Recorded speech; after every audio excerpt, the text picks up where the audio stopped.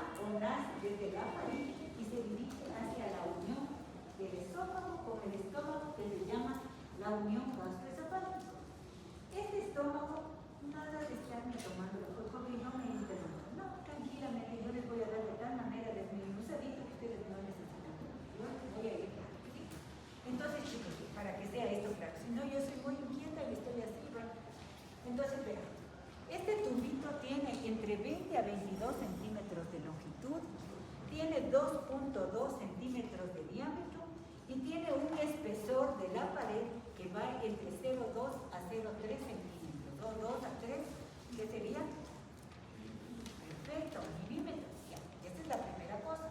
Y luego vamos a ver que este esófago resulta que tiene una serie de elementos que siguen de acuerdo a la curvatura de la columna vertebral. Entonces, miren ustedes, aquí tengo los estrechamientos y son tres. El estrechamiento, que es el denominado cervical, el torácico y el diafragmático, que siguen, como les acabo de mencionar, la curvatura de la columna vertebral. Ahora, también es importante para la patología que recordemos que en el esófago nosotros tenemos unos esfínteres. El uno es el denominado esfínter esofágico superior, y si hay un superior, hay un esfínter esofágico inferior, y este es el que está cercano al diafragma, y el primero más bien el que está en relación al músculo trigofaríngeo. Entonces, ahora, no está tomando, tú y yo, ya estoy bastante. Luego vean ustedes que hablo de la línea Z. ¿Qué quiere decir línea Z? ¿Alguien recuerda lo que es una línea Z? Perfecto, es un cambio epitelial, en donde tengo aquí el epitelio escamoso estratificado que abruptamente cambia a un epitelio cilíndrico. Y esta es la zona de transición. Una zona bien importante porque en algunas enfermedades, como por ejemplo la de reflujo, puede ser que con el tiempo ya no sea enfermedades de reflujo, sino que se transforme en un esófago de Barrett, y después con los años ya no es esófago de Barrett, sino que es un adenocarcinoma. Entonces vean ustedes la importancia de tener esta localización. Ahora no pasa. La función, direccionar alimentos, evitar el reflujo del contenido. Este esófago que lo vemos aquí se diferencia claramente del estómago. Porque ¿qué tiene el estómago? ¿Qué son estas cosas que vemos aquí? Son las arrugas o pliegues gástricos.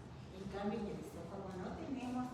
Pero en cambio, aquí en el esófago resulta que nosotros podemos dividirlo fácilmente en tercios. ¿Cuántos tercios tendría el esófago? ¿Digo tercios? 3, perfecto. Entonces habrá un tercio superior, un tercio inferior y entre los dos el intermedio. ¿Por qué nos habrá puesto la naturaleza este tipo de división? Porque en la parte superior nosotros vamos a encontrar una musculatura que es estriada, una musculatura que es voluntaria, de manera que si mi paciente o yo mismo me estoy atragantando, de manera voluntaria puedo regresar, ¿no es cierto? Ya no sucede si esto está a nivel intermedio o inferior, y peor si se trata de un niño o de una niña, porque necesitamos hacer una maniobra para que pueda regresar ingente.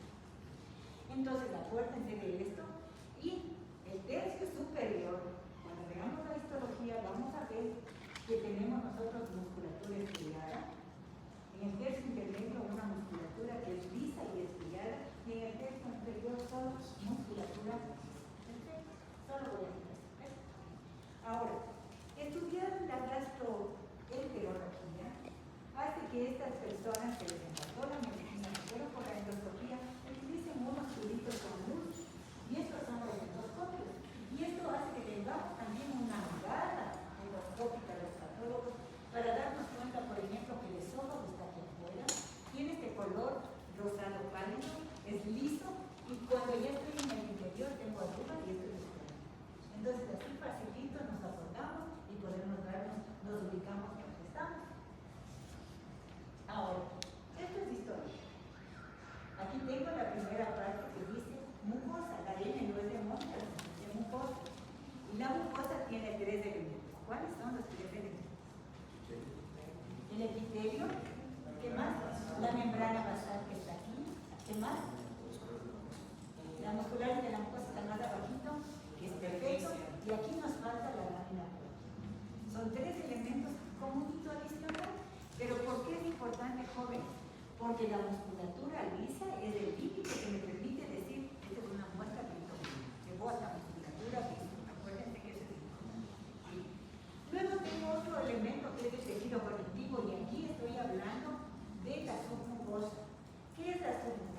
Un tejido conectivo, pero hay que saber de qué tipo. Y es tejido conectivo laxo. Tejido conectivo laxo es la submucosa. Y luego me voy a la musculatura ya mencionada tanto tiempo, de acuerdo al segmento, al tercio que esté estudiando. La pregunta para ustedes: ¿el esófago tiene adventicia o tiene serosa igual? El esófago tiene, entonces no lo sabe. Vamos con lo primero. ¿Es lo mismo decir serosa que adventicia o no? ¿Cuál es la diferencia? ¿Puedes decirme tú que quieres hablar? ¿Estás así? Ya, solo estoy molestando. La adventicia era cuando era cuando no era hueco en el órgano. No. Cuando está pegado a un órgano. Ya, entonces yo les digo, las dos sirven para definir que estoy afuera, ¿no es cierto? Serosa y adventicia. La serosa tiene solo una cubierta mesotelial, individualiza al órgano. Tengo un útero y digo, este tiene la serosa del útero, individualizo al órgano. Pero cuando hablo de una adventicia, estoy hablando de un tejido que tiene 2 cubiertas mesoteliales con tejido laxo en el medio. Necesita el cirujano tijeras para poder separar. El esófago, ¿con qué se une? Con el mediastino. Entonces necesito tijeras para poder separar. ¿Estamos, chicos? ¿Y el estómago qué tendrá? ¿Serosa o adventicia? Serosa, ese es el de alfa. Entonces ahora ya está. Anatómica e histológicamente la diferencia es serosa y adventicia. El esófago tiene adventicia. Otra cosa, pásame así. Esta es la mucosa, entonces tengo aquí que es el epitelio, la lámina basal, tejido conectivo laxo y musculares de la mucosa. Entonces estoy en la mucosa, pero ahora, ojo chicos, fíjense ustedes que ya no digo membrana basal, digo la capa basal. Sobre la membrana basal aparece una sola hilera de núcleos. Y luego tengo otros estratos, no queratina, y digo, esto es un epitelio escamoso clasificado sin queratina, que es lo normal. Pero luego empiezo a ver estas estructuras. ¿Qué les parece esto? Es como que la lámina propia se metió, ¿no es cierto? Eso es lo normal. Pero la pregunta para ustedes: ¿los epitelios son vasculares o son avasculares? Son avasculares, no tienen vasos sanguíneos. Los vasos sanguíneos, y entonces, ¿cómo les llega el oxígeno para que ellos puedan estar vivitos? Por el tejido conectivo. El tejido conectivo hace que vaya hacia arriba y puedan estos estar felices. Primera cosa, ya pasamos. Siguiente. Ahora, vean ustedes que empezamos hablando de un esófago normal y un extremo de un esófago en donde tengo en la unión esófago gástrico un adenocarcinoma ulcerado terrible. De lo que está normal, miren ustedes cómo puede llegar a esta edad. Vamos a intentar que yo les pueda hablar todo este espacio que está interno. Bien, la patología esofágica es amplia. Sin embargo, lo que está aquí con negrita es lo que me han pedido que yo les hable. Sin embargo, creo que es importante que por lo menos mencione y les diga que hay unas fístulas y que las fístulas vienen a ser conexiones entre el esófago y la tráquea, y eso está asociado al estrés esofágico.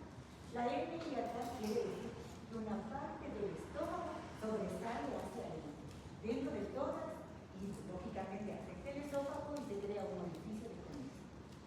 Luego, cuando decimos anillos y membranas esofágicas, estoy hablando de unas membranitas finitas, delgadas, que crecen a través de la superficie o de la parte superior del esófago y provocan desmayo. Luego me voy a la atalasia, y atalasia significa hipertrofia de la capa muscular más falta de relajación del esfínter esofágico superior, perdón, hipertrofia. Luego vamos a hablar de la enfermedad por reflujo, que es una esofagitis péptica, en donde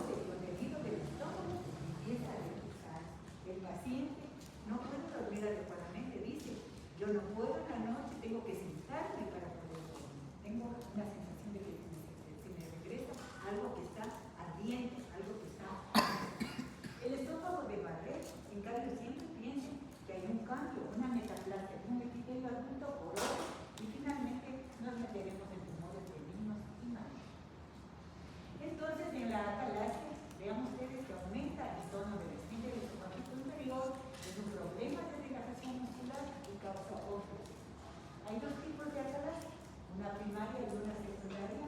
En la primaria, degeneración neuronal, aumenta el tono con incapacidad para relajar ese esfínter ya mencionado, y la atalasia secundaria es en cambio ocasionada por Chagas. ¿Qué provoca el Chagas? ¿Se acuerdan? El imán pequeño, el trípanosomático, que destruye las células ganglionales del plexo mesentérico.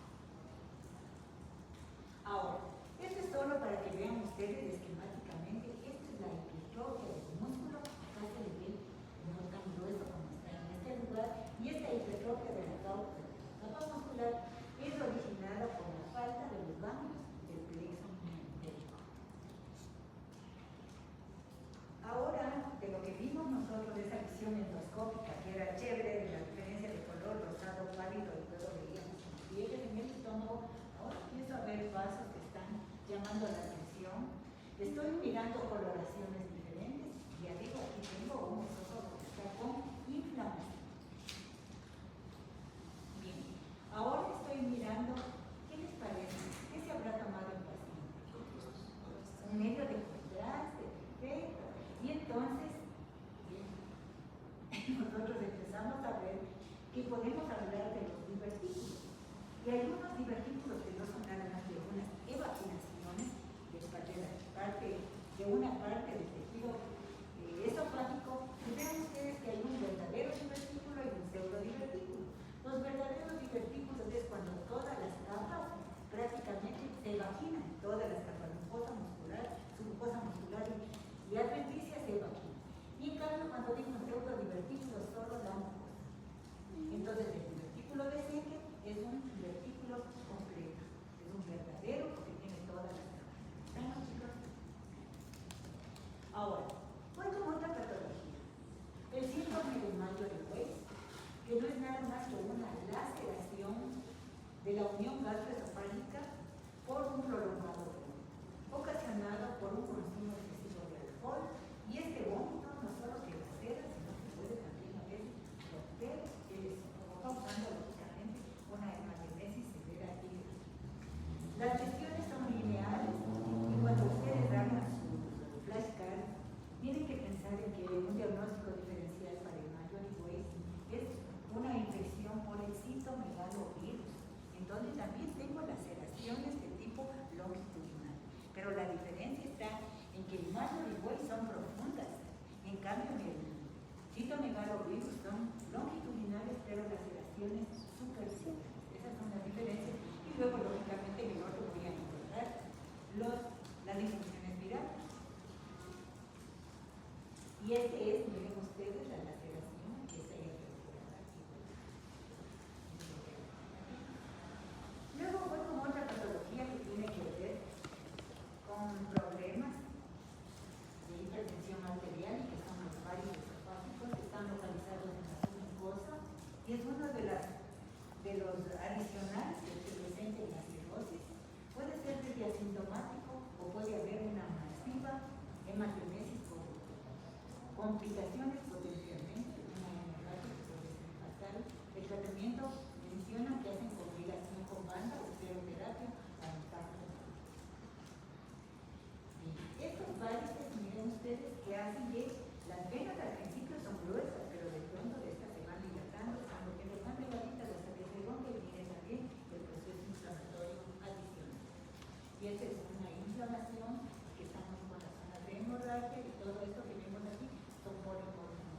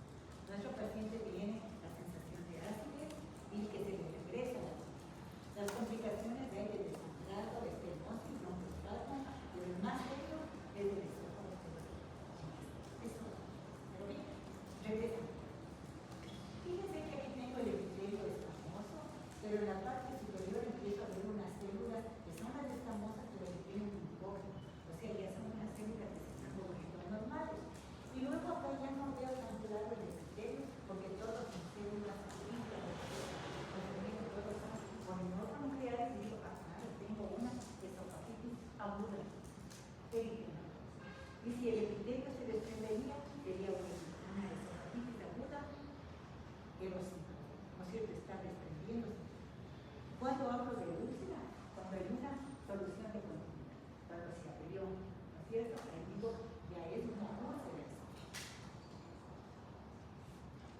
Esto es para que ustedes vean, el gracias al acuerdo que tengan la manera propia, se me dio origen del interior, las causas de infecciones. Las infecciones pueden ser de bacterias, de hongos, de virus. Puede ser el consumo de estas drogas, irritativos químicos, quimioterapia, radiación. Bien. Estas esofagitis de reflujo que les dije que empezaron con esa mucosa enrojecida, luego tienen unos cambios ya definidos y claros que ustedes tienen que ver. Primeramente hablábamos que de manera normal, ¿cuántas hileras de células teníamos en la membrana basal?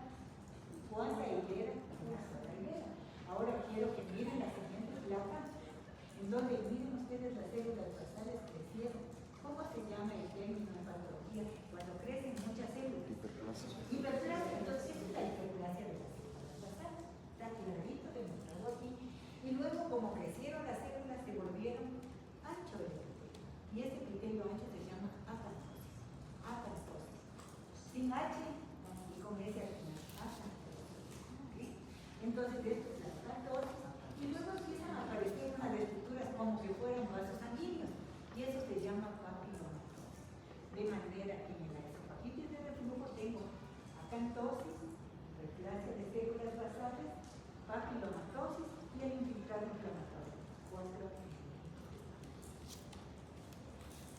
Entonces, la complicación de esta esofagitis era el esófago de Barrett, que era esa complicación de un reflujo de larga duración, en donde el epitelio escamoso que tenía en el esófago, que tiene el esófago, es reemplazado por un epitelio cilíndrico protector. ¿Y quién es el que comanda que se pueda dar este cambio? ¿Se acuerda, doctora Yamaca? ¿Quién era? Las células madre. Las basales son pluripotenciales. ¿Y qué significa? Las mamás somos capaces de dar todo por los hijos, ¿sí? Somos capaces de cambiar algunas cosas y aquí se cambia el epitelio escamoso por el cilíndrico. Eso es lo importante. Pero también nos podríamos quedar ahí y no pasa nada, pero no es así.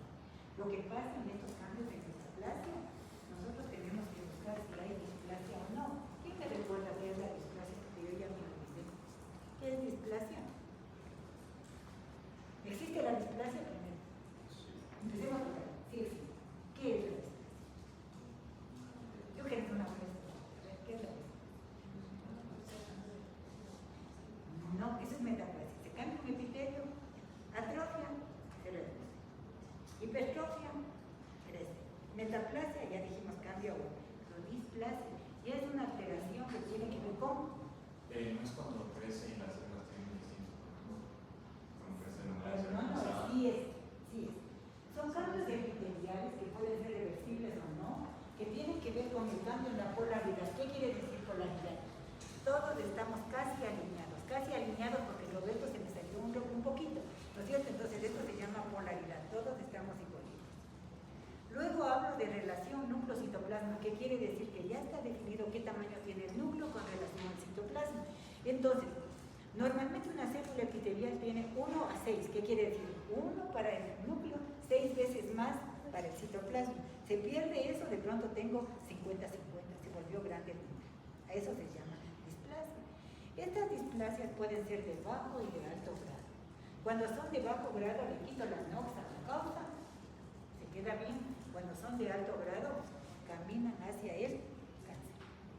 Esa es la diferencia. Y por eso es que el patólogo tiene que tener buen ojo, pero no solo buen ojo. Tiene que saber algo un poquito acá, ¿no es cierto? Pues ahí salen los diagnósticos chéveres y funcionan las cosas. Entonces, miren ustedes, aquí ya tengo cambios, ya no veo esas tonalidades que veíamos antes, sino que aquí ya veo cambios de color, algunos dicen que tiene un aspecto de mosaico, y cuando tenemos nosotros esta mucosa de Barrett se extiende a menos de 2 centímetros por encima de la unión escamos cilíndricos de la línea Z, entonces ahí se llama esófago de Barrett de cilindro. Sí, por estar 2 centímetros de la línea Z. Esófago de Barrett. Bien. Cuando me vi a esta foto de la patología de Ron, yo dije, si este es esófago de Barrett, ¿dónde está el epitelio escamoso? Sí, ¿no? Solo quiero así analizar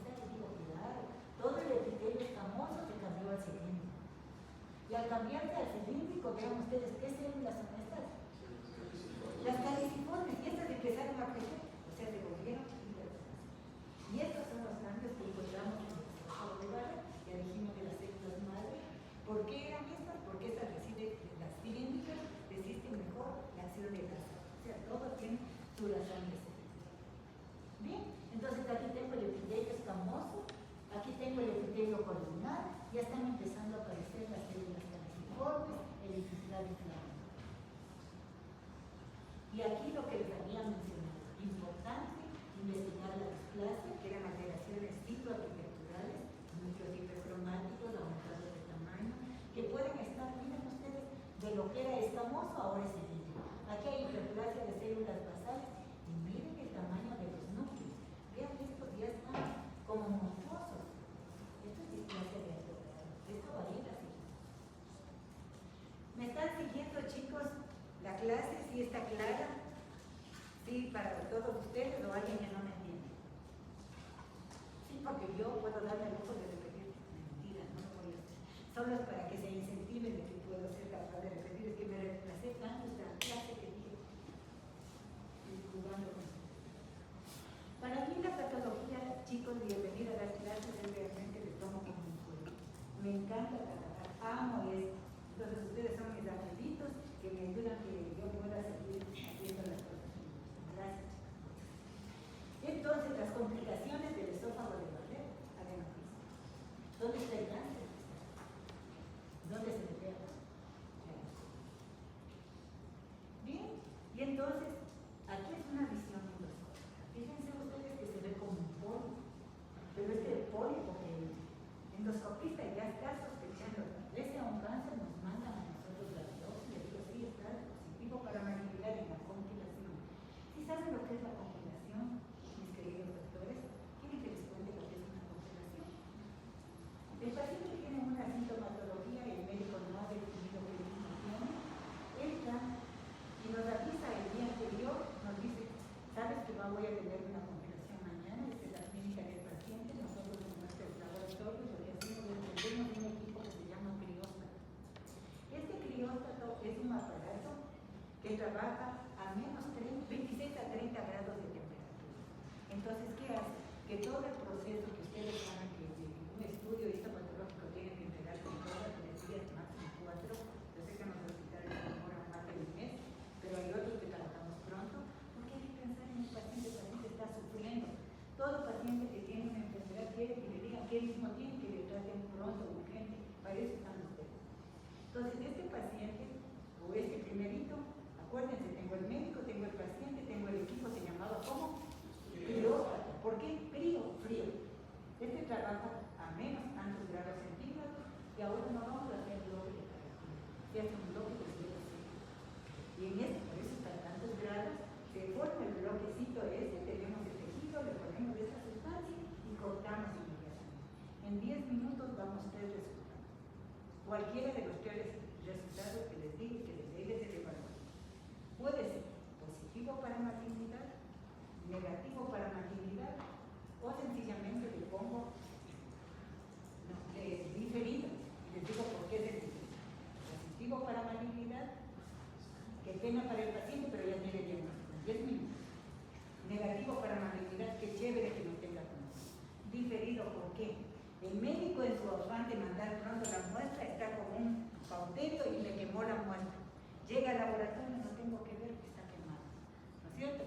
O de pronto, sin querer, la persona que está ayudando le dice, por favor, lleve el material y le metió en fórmula. El material en fórmula ya no me sirve para hacer este estudio tan laboratorio que es el crióstato. Entonces, tiene que tener que, en un frasquito sin nada, ponen ahí la muestra y lo mandan. Pero resulta que el auxiliar se aplastó y tengo un aplastamiento que hace que esa muestrita que llega, porque llega un pedacito pequeñito, no puedo ver nada. Entonces imagínense todo lo que significa el gasto quirúrgico, etcétera, se queda indiferente. Diferido quiere decir, tienen que esperar la muestra que manda, lo que quiera, salga en el tiempo progresivo. Entonces ya saben ahora que resulta ser un transoperatorio. ¿No?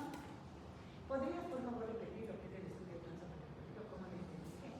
El estudio transoperatorio lo que hace es sacar con cositas de forma y tiene los resultados que es positivo para malignidad, negativo para malignidad y diferido.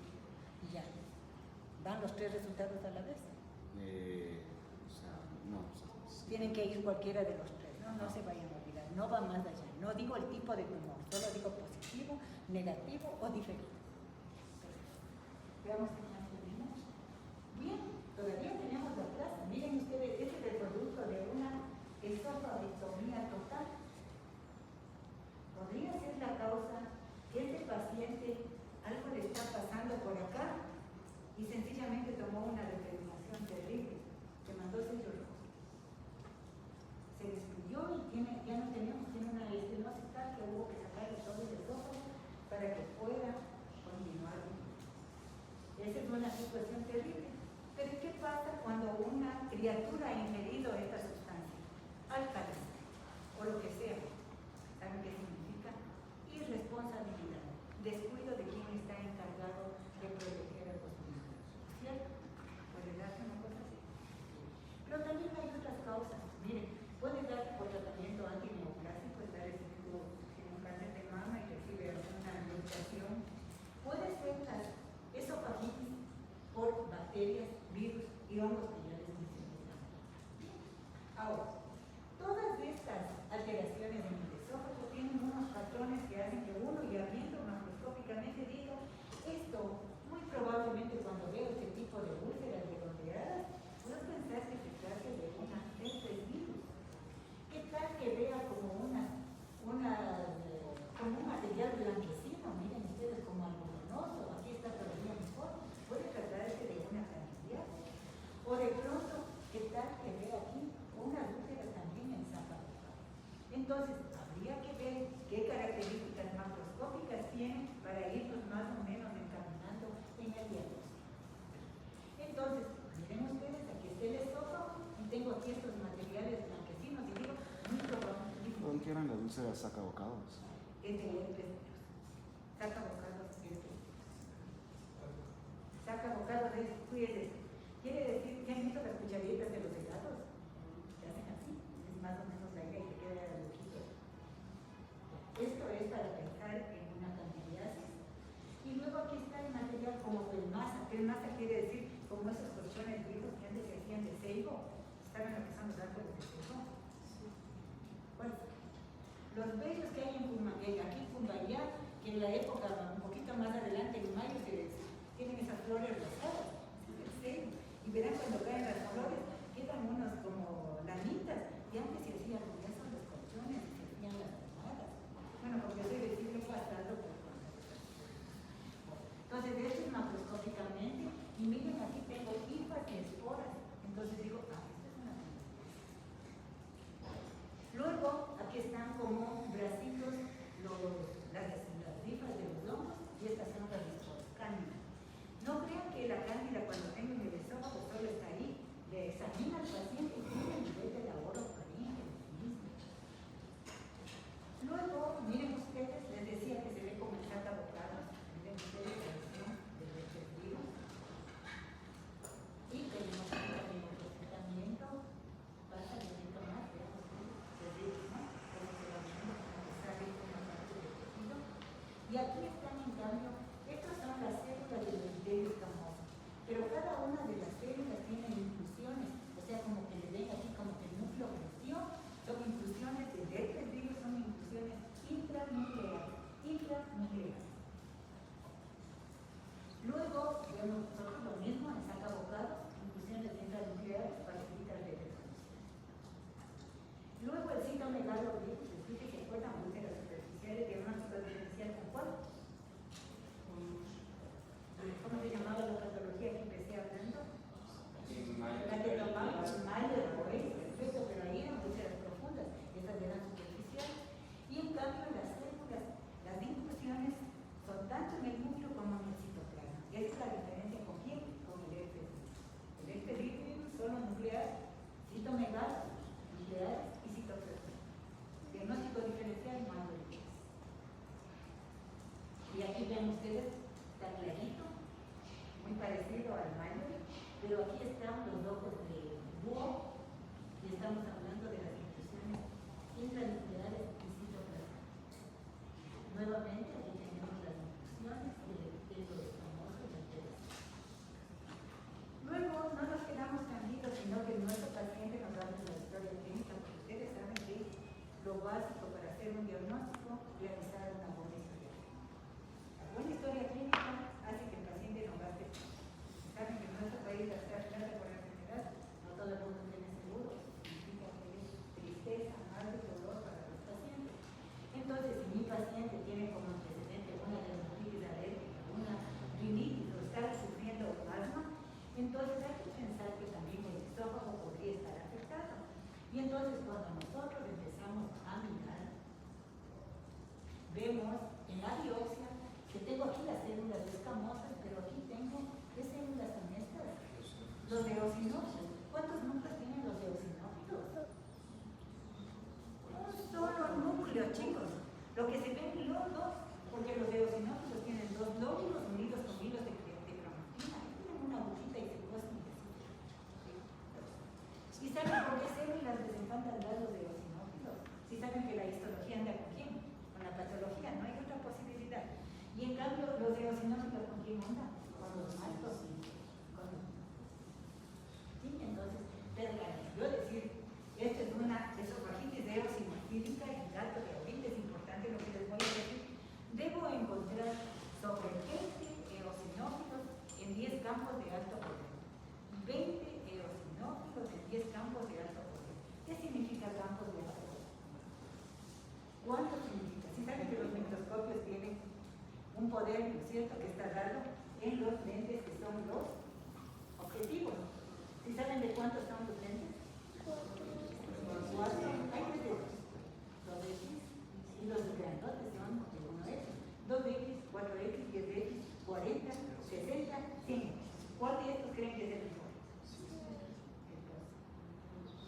Porque te permite ver la visión panorámica. Todos nos gusta el decir porque queremos ver la línea esa que no sirve para nada. Quiero el panorámico. Cuando ustedes se van de viaje, les interesa ir a ver qué tal está el cafecito. Sí, en el hotel yo quiero irme a ver todo ese bosque grande. Esa es la diferencia. Los microscopios, mientras más la potencia es más chiquita, el panorámico son más altos. Son 20 eosinófilos de cuántos campos. En 10 campos de alto. En 10 campos de alto. ¿Ya me campo? Al poder es contando también el aumento del ocular. Eso no se multiplicaría ese 2 por 10 y daría 20. No, tiene en ese de 2 lo utilizamos para otros trabajos. El que se utiliza normalmente para poder ver el deporte. Y ahí no le tomen en cuenta, sino solo decir 10 campos de alto. Ahora vamos a neoplasia. ¿Neo qué significa? Neoplasia. Nuevo, ¿no es cierto? Un nuevo crecimiento que se está apareciendo. Pero yo me acuerdo que ya les di en histología y en anatomía los diferentes componentes de tejidos del esófago. ¿Cuáles eran? Epitelios, había tejido conectivo, había músculo, habrá nervios. Claro, y ahí salen los tumores. Entonces digo, tengo un papiloma, tengo una excrescencia, un papiloma, de pronto puedo tener hasta HPV en esta lesión del esófago. Puedo tener un fibroma, que quiere decir el tejido conectivo fibroso se está haciendo una bolita. Puedo tener un hemangioma, los vasos sanguíneos empiezan a crecer. Puedo tener un pseudotumor. ¿Qué querría decir? Pseudotumor. Que se parece y no es verdad, porque es un tejido de granulación. ¿Alguien de mis alumnos se acuerda lo que era un tejido de granulación? ¿Qué componentes tenía? A ver, eso es granuloma. Yo no dije granuloma. Yo acabé de decir que tejido de granulación. Alcen la mano los que fueron mis estudiantes en algún tiempo de su vida. ¿Cómo? Sin miedo, hijos, no. Solo 4. Casi tengo la mitad, ¿no? Solo listo. Bueno, les digo lo que es el tejido de granulación. El tejido de granulación tiene fibroblastos y vasos sanguíneos neoformados. Rapidito que se acuerden. Fibroblastos y vasos sanguíneos neoformados. Estos, como están creciendo, hacen que se vuelva como una bolita. ¿Sí? Entonces, miren, los tumores benignos mesenquimales, leiomioma, ¿de dónde va a salir? ¿De qué músculo? Listo, porque si fueran del estratificado sería radiomioma. Tenemos fibromas, lipomas, hemangiomas, neurofibromas, pseudotumor inflamatorio, que es el tejido de gránulos. Y aquí tengo, miren ustedes la masa, puedes pasarle por favor. La siguiente, y este es el papiloma con un tallo conectivo vascularizado, cubierto de epitelio escamoso, la mucosa hiperplástica papiliforme asociada al chicle.